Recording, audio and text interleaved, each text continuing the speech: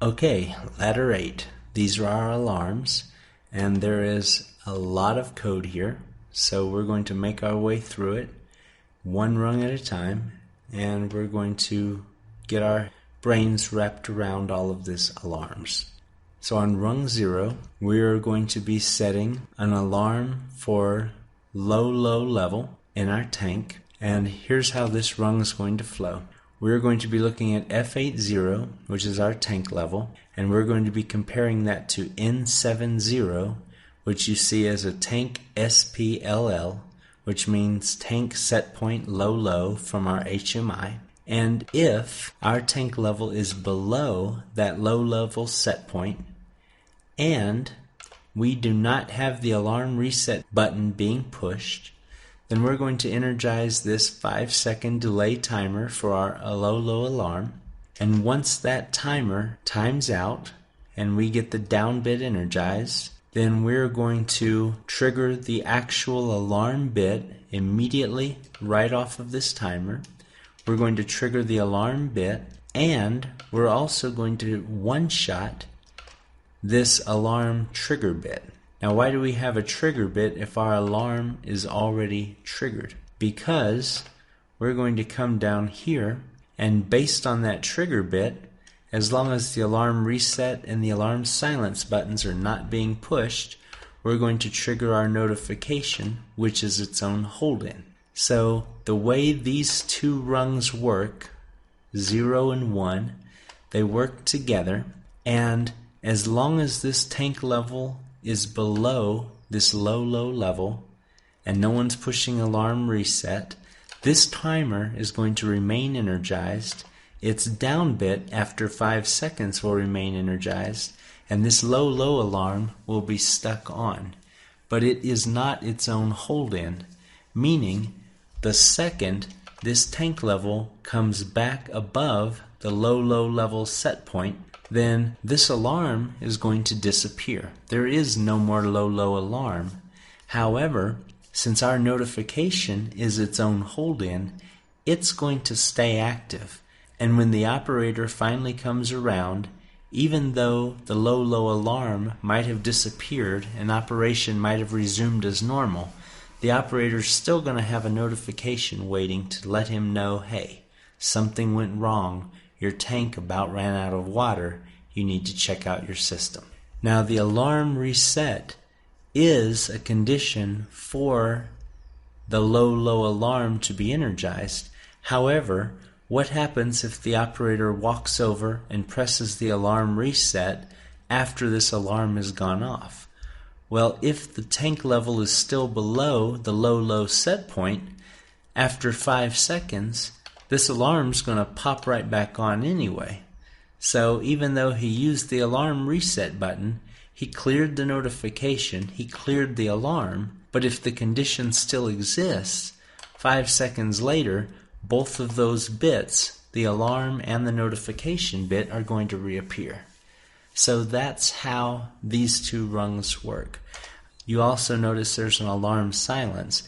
So assuming the operator knows we're still in a low condition, but I certainly don't want to hear this horn blowing in my ear for 15 minutes, he can press the alarm silence. It's not going to reset anything, but it is going to make the notification go away, and the horn is tied to notifications, so it will turn the horn off.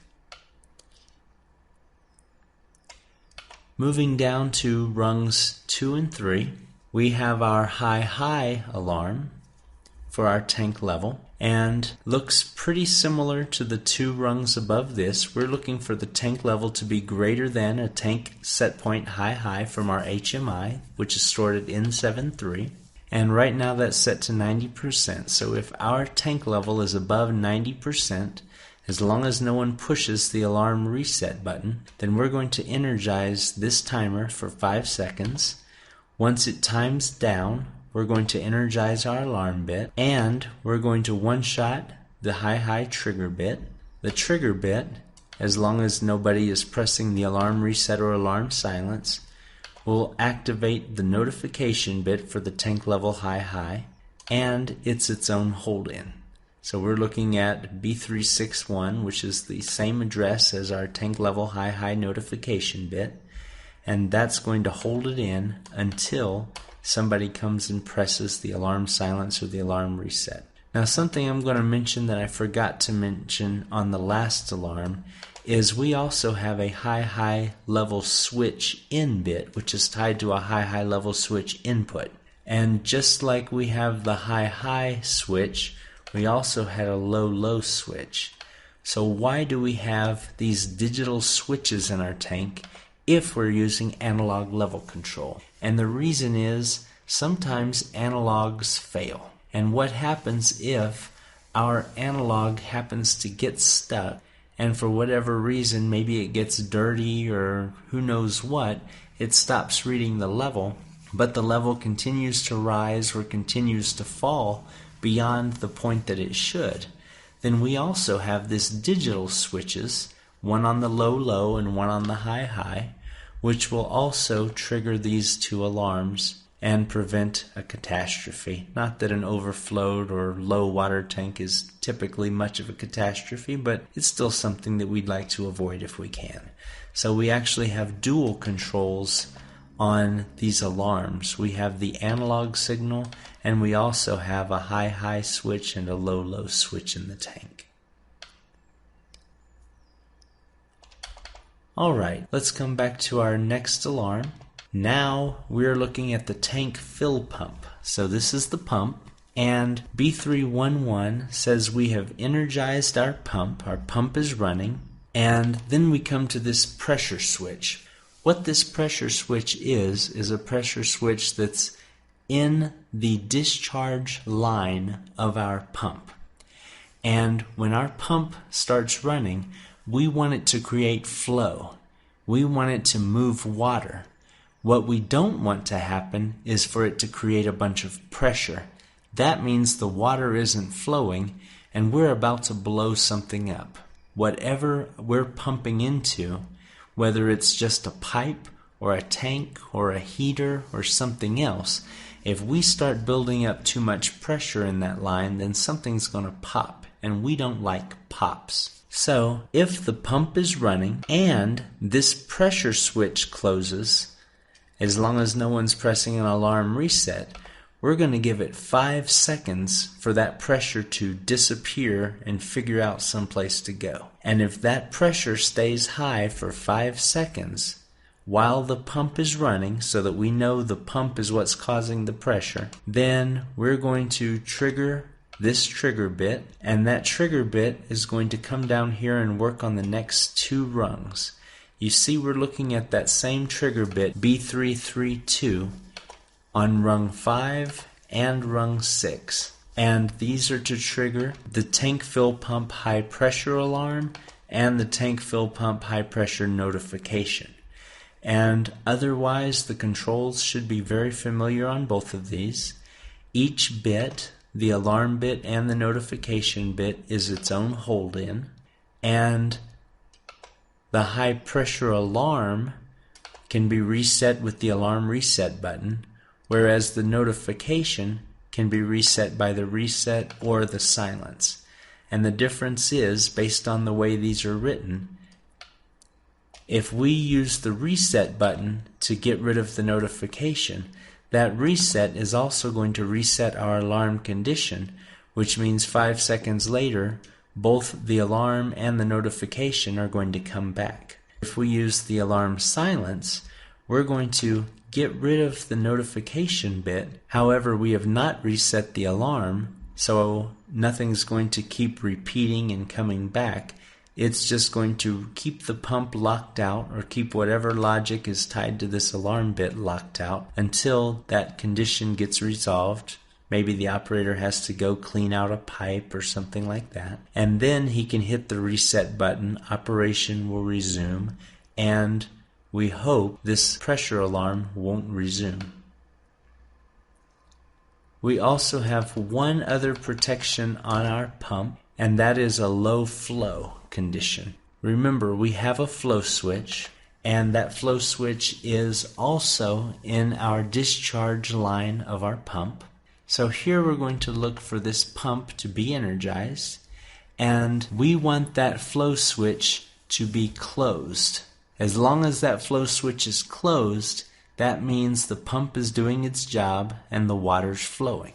But what happens if that flow switch is not closed? And that's why we're using an XIO command here. We're looking to see if that flow switch is still open. If our pump is running and our flow switch is still open, as long as no one's pressing the alarm reset button, then we're going to give it 5 seconds for some flow to start happening, for some water to start moving through that pipe to close our switch. And if the water isn't flowing, then what happens? Well, you can't run a pump dry. If a pump is pumping and there's no fluid or no whatever it's supposed to be pumping inside of it, then you're going to what's called cavitate your pump, which is a fancy word for destroy. So we don't want to destroy our pump. So after 5 seconds, if our pump is running and there's no flow, then we're going to come down here, energize our down bit, one-shot this trigger bit, and below we have 2 more rungs, controlling, of course, the alarm bit and notification bit. And these are going to work exactly as the alarm above. The trigger bit is going to act on both rungs 8 and 9 to trigger the alarm and the notification. Each bit is its own hold-in, so B335 is holding itself in, B363 as well. And our alarm can only be reset with the alarm reset button. You'll note that neither of these pump alarms is self-resetting. The reason being, this is a pretty serious alarm. You're either about to lose a pump or blow up a pipe. And the notification bit can be reset with a reset or a silence. And that's nothing new. That's exactly like the last alarm. So coming down here, rung 10, now we're getting into our temperature alarms. And we're going to be looking at F811, which is our temperature.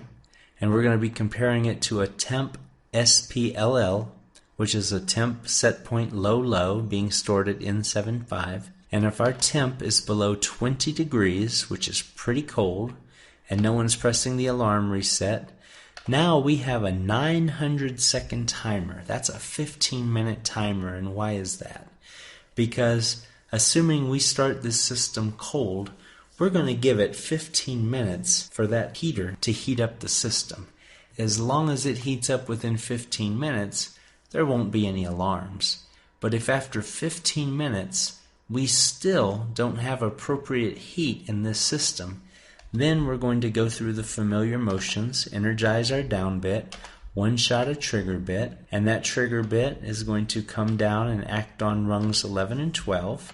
The same B334 is going to light up our temperature alarm bit and our temperature notification bit, assuming that no one is pressing either the reset or the silence buttons. And each of those bits, the alarm and the notification, is its own hold-in. So nothing new there. We've got a typical dual bit alarm based on a low temperature condition. And just like we have a low temp, we also have a high temperature. Again, we're looking at F81. We're comparing it to N77, which is an HMI settable high set point, set at 120 presently. Only this time we don't need 900 seconds because we're not warming up a system anymore, so we only have our standard 5-second alarm delay. The down bit lets the one-shot true for one scan energize the trigger bit B335. B335 acts on rungs 14 and 15, here and here, energizing our temperature alarm high bit here and our notification bit here. Each of those is its own hold-in, and the alarm reset resets the alarm. Alarm reset or alarm silence can be used to get rid of the notification. So by now you should be seeing a pattern, and that's because this is a best practice. It's typically the way you'll do all of your analog alarms. Now coming down to rung 16, we're getting into something new. These are categorical alarms. So you remember for our tank, we have 2 different alarms. We have a low level alarm and we have a high level alarm. What this rung is doing is energizing a categorical tank level alarm notification bit. So in some systems, like a host control system or maybe a sub-display on our HMI, we don't need to know exactly what the problem is with the level. We just want to know that something is wrong with the level. And that's what this bit's going to be doing. Notice it's tied to notification, not the actual alarms. And this is just telling us something happened with the tank. Below that, we have a very similar bit. This one is looking at the tank fill pump. And what we have are two separate pump alarms. We have a high pressure alarm and we have a low flow alarm. And if either one of those is true, then we want to notify any other systems that might be looking at this bit that, hey, something is wrong with the pump. And the last categorical alarm that we're using is for the temperature. We also have a low, low, and high, high temperature. And if anything's wrong, we have a general bit here, presumably for some other system or display, that's telling us nothing more than something's wrong with the temperature. And the last rung in this ladder is a general alarm notification bit. You could also call this a fault bit. And anytime we have any of the categorical alarms, which breaks down further into any alarm in the entire program in our case, then we're going to go ahead and energize this general alarm notification bit. Aside from being tied to our horn and our faulted conditions, this can be sent out as a general fault signal to any other system, letting it know that something is wrong with our system. We won't be telling it what or when it happened or anything else. This will just be saying, hey, come look at our system, something's not quite right.